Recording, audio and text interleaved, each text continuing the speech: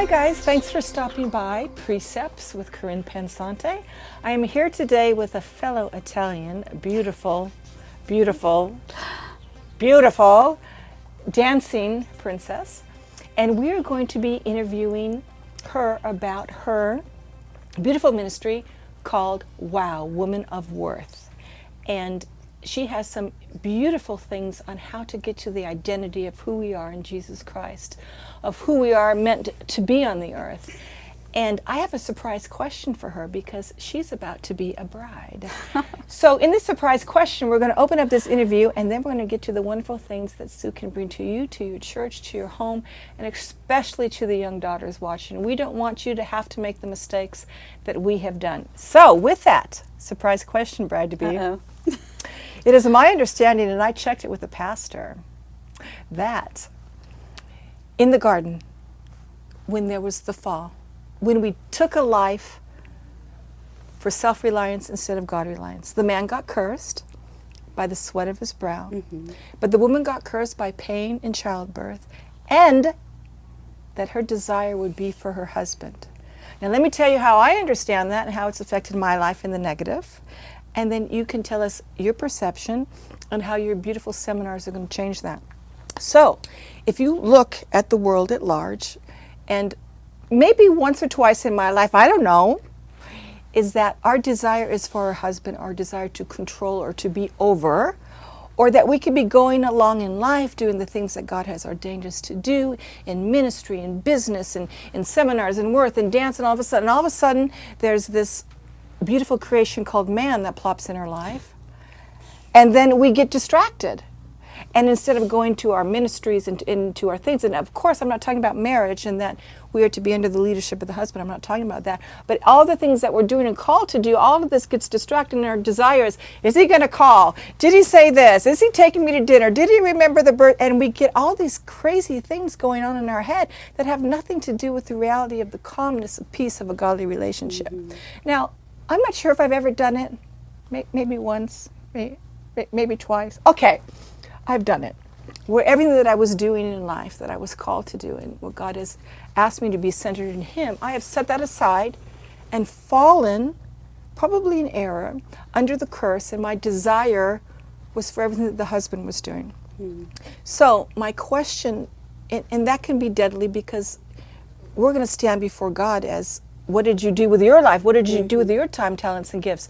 Yes, I gave you this man as provision and protection and as a godly covering, but what did you do with your life? And I'm conscious of that all the time, and I don't want to make that mistake again. I know because we're friends and we've had these conversations that you, I, every other woman on earth has walked that road and with devastating consequences, because the precept is saying God didn't ordain it that way. We're to be two whole individuals coming together to further the kingdom of God in a healthy relationship. So, what are your views on that? My phone did not just ring. And number two, I understand and want you to explain to the audience that the beauty of your seminars is to center the woman again in who she is, in her worth, in her identity, first with her Creator and Christ, and to remain there, which makes her much more attractive to her mate and to her sphere of influence around her. So 2 questions, you're on. Okay. Well, first of all, yes, there is a lot of pain in childbirth. Yes. And yes, we do desire a godly man in the right way. Yes. But often you do get sidetracked. And I think, like you're talking about precepts. Yes. So the precept behind it all, and the reason why God even made us to become one, is all about love. Right. So when love is in the proper form, the proper season, the proper way, first of all, we love God, then we love our neighbor as ourselves. Yes. We love our husband as ourselves. We have to love ourselves. We have to first be whole, as you said, with yourself. Whether you're single, whether you're married, you still have to continually work on that relationship with yourself and with God. Called to holiness, sozo, maturation. Yes, go on. Right. So women of worth, that's what I'm trying to do. That's what I'm trying to help women understand. I'm trying to equip them with an understanding of their authentic self, so that they can be launched into pathways of wholeness. So just like with my book, Holy Fit, Holy Free, and with my TV show, Fit and Free, it's helping them be fit in mind, body, soul, and spirit, because there's an interconnectivity of all of them, so that they can be free to be everything God's created them to be, and then they can be free to have a healthy relationship, not just with God, with themselves, but with the man that God has for them to partner with, to be free to walk into the destiny and the calling and the things that he wants them to fulfill while they're here. So beautiful.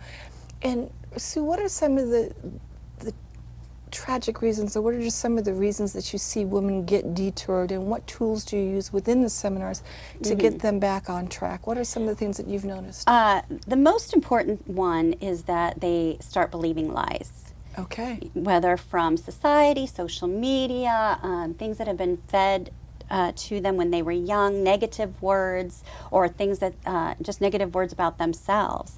So one of the tools that I use is just to help them to see themselves through God's eyes. So we do exercises. I activate them to hearing God's voice for themselves, to find their true identity. So we do that in the creative seminars. We do that through two-way journaling, through movement, through dance, through art, and through film, and the different visual ways that they can actually have an encounter and experience that for themselves. So one of the things that we do is we'll look in a mirror. And either if there's not a mirror there, I'll just say, pretend like you're looking in a mirror, and write down what you see. And so we'll take some time, and they'll write down what they see. And then we take a minute, and I read to them how God sees them through Psalm 139, through different verses. And I just, we turn on some soft music and just say, okay, picture yourself there with God, and let him tell you how he sees you. Now look in the mirror with the idea of how he sees you. Look in the mirror and just ask him how he sees you. And it's amazing to see how those things that we think, are faults of ours, are actually beautiful, distinctions in the way that he created us. I love that He word. created 2 to 50 million different types of species. So he creates each person original and distinct. And so if we can look at those things that we see as flaws as beautiful distinctions, then that you are fearfully and wonderfully made, as you said, then it's just, it changes your whole perception. And so we do different activities in doing that, and then we do movement in declaring what the truth is. So we're dispelling the lie, and we're bringing in the truth of how God sees you. And we'll do movements with declarations. What is that truth? I am strong. I am wonderfully made. Or, I am significant. That's a big one, because we lose that. What I love about what you said is that hearing God's voice distinctively to you, and I think that's also part of the lives, because just like we see the world different, we take in the world different, we have, we perceive the world according to how we're wired, how our bent is, and that God, when I think of hummingbirds, and that each hummingbird goes to a different flower, because their beak is so uniquely made for a flower. So why? That's because God doesn't want all the hummingbirds going to one flower. So he can distinctively and individually talk to us. It's so beautiful and so relaxing that he's going to speak to you different, and he's going to speak to me different. I absolutely love that. But one thing I noticed is when God speaks to you, it's always unique in the way that, like, as you said, it's the way that you would encounter him. So one example of an encounter like that was at a seminar that I did recently, where a girl saw a flaw of hers. When she looked in the mirror, all she saw was that she had a big head, that her head was, bigger than her body. And she had thought this ever since she was a little girl when she'd look in the mirror. And so when we did the second part of the exercise, God showed her, and she tried everything. She tried redoing hairdos, all kinds of things to make herself, look better. And she still had this self-image that was warped, basically. But when God showed her and spoke to her about who she really was, he actually showed her, he spoke to her in the way that she would understand. He showed her a big crown. Oh, that's so beautiful. Yes, and everything that he had for her, her destiny, was all in this crown. And basically it was royalty. She was a daughter of the king. And the crown was so big, and he was saying, if your head was any smaller, the crown wouldn't fit.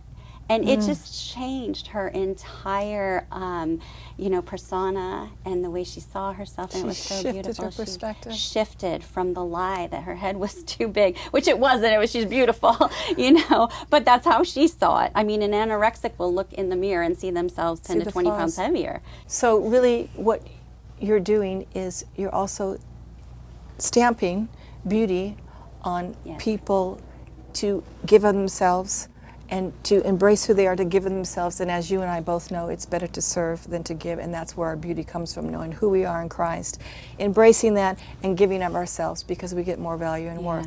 So how can somebody get in touch with you? Is it in the back of your book? Is it an Instagram? Is it an email? How can I book you for a seminar? The best way is just to go to SusanSilvestri.com. It's that easy. And this is my book, Holy Fit, Holy Free. And you can find information on this as well. There's also Women of Worth, The Cause. You can go to, that's kind of an umbrella. They do a lot of different they do a lot of different ministry organizations, and so we're under that as well. But the best way would be SusanSilvestri.com. Beautiful. This is Karynn Pensanti, and thanks for stopping by Precepts. You've just heard today the beautiful precept that we are a woman of value, we are a woman of worth, we are who we are because God says who we are. The rest is just delicious icing. So we want you to stay tuned. We're coming back on to learn about beautiful etiquette for the Christian woman and any other woman who wants to listen, and how we can be a Queen Esther every day, because etiquette is important. Thanks for stopping by, and we'll be back after this commercial break.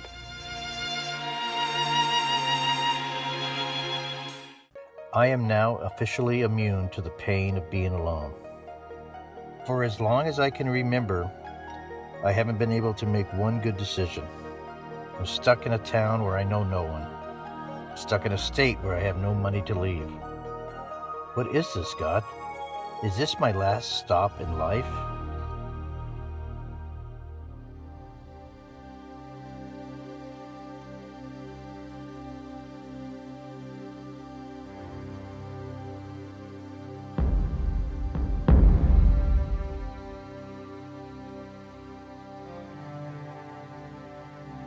What do you do for a living? I am a shepherd. A what? I am a shepherd.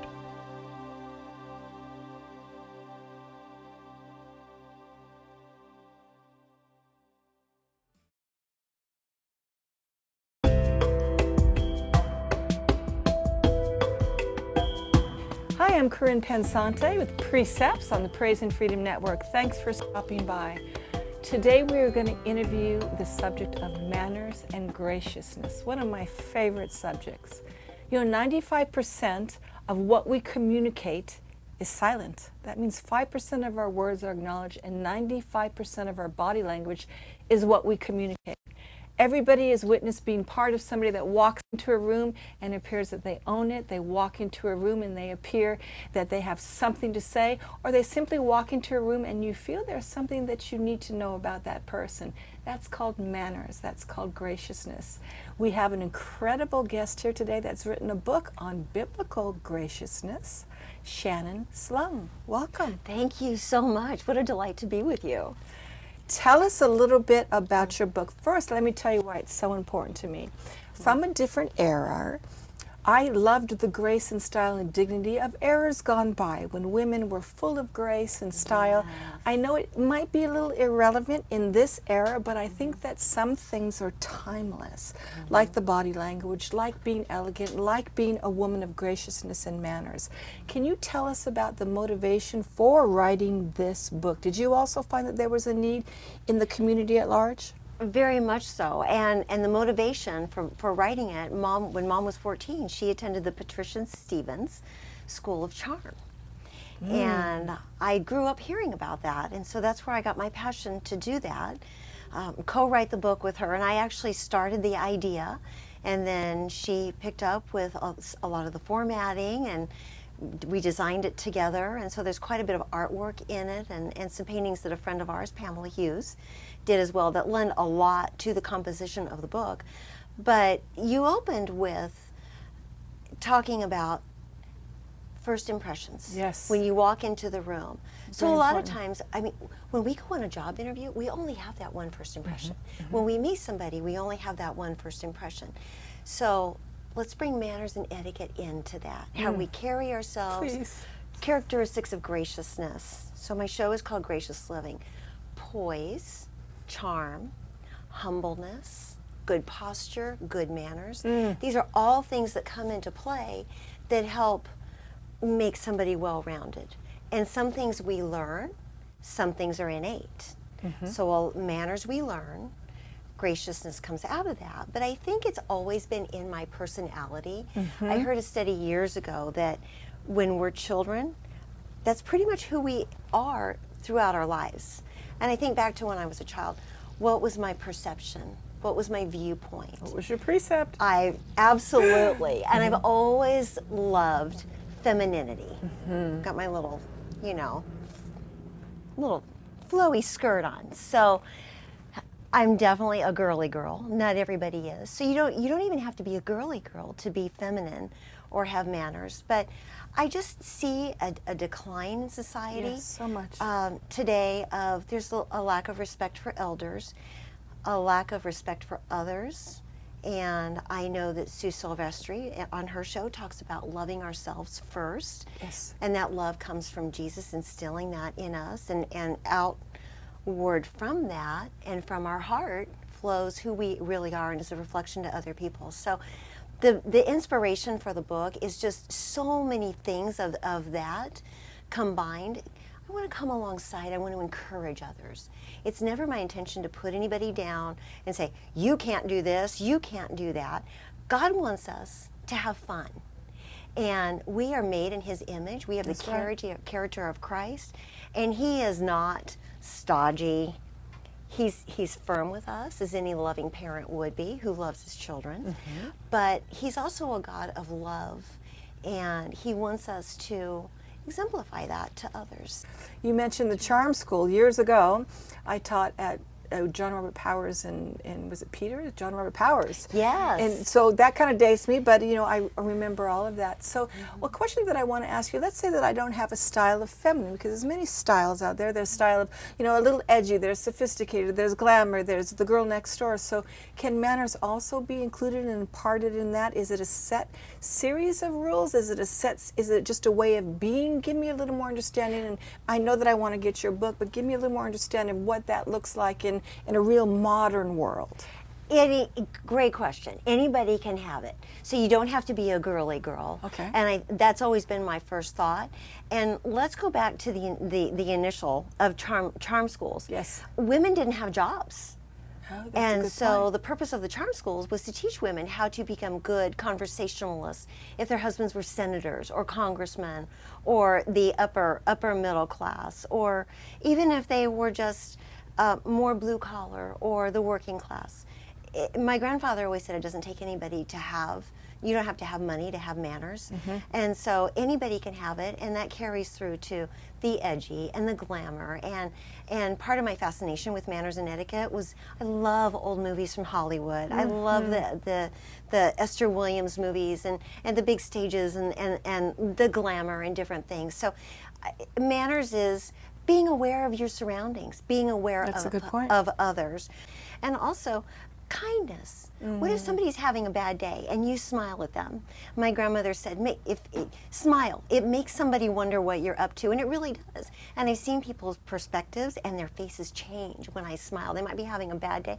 You don't know what they're going through, but it's all about smiling and being kind. When my father was thinking of hiring somebody, talking about etiquette and manners, it's interesting is that he would take them out to a restaurant. And it wasn't so much the fork and the knife and the spoon, those were all very important, where you put the napkin, how you engage in conversation. It was one very interesting concept, and that was how did he treat the waiters? And if he treated the waiters with dignity, with thank you, with humility, thank you for your time, he knew that he had a good person. And even though we can look at that as manners, that character trait also comes through in manners. And I think that's kind of what we're saying, is that if we can esteem others more highly than ourselves, we can carry the fruits of the Spirit. That's going to come across in grace and dignity and manners. It's going to make us much more effective, and I think also much more at peace with ourselves, because it's not any fun going through life being frictional or at odds with people, and I think that's also a part of being manners and dignity. So I want you to come to my church or to my business. How can I get you to come and teach people how to be graceful and the old movie star? How do we do that? How do we reach you? You can find me at A Heart of Virtue on Twitter. You can find the book at Amazon.com, BarnesandNoble.com, Facebook, Gracious Living. And great One ways more to quick contact me. question. I understand that with your show that there's some tits and bits about other fun things, not just etiquette. Is that correct? Yes, there's a little section called Handy Hints. So take things around the house that might have useful useful ways to use things that we might not have ever thought of before. You can take a pumice stone and take fuzzies off of clothing. You can use rubber gloves to remove cat fur. So all kinds of fun little things that people will enjoy. Beautiful. Well, I'm Karynn Pensanti with Precepts. Thanks for coming by and just engaging in the conversation about how important it is to be a lady of elegance and a lady of manners and a lady of graciousness. And you know, wherever we go, there we are. And when we walk into a room, we present who we are. And if we want to be effective in that, in presenting who we are and being an ambassador of Jesus Christ, then graciousness needs to be a part of it. Manners need to be a part of it, because it says who we are, and more important than that, it says whom we belong to. So thanks for stopping by, and we'll see you next time on Precepts with Karynn Pensanti. Thank you for coming on the show. Thank you for having me. Delightful.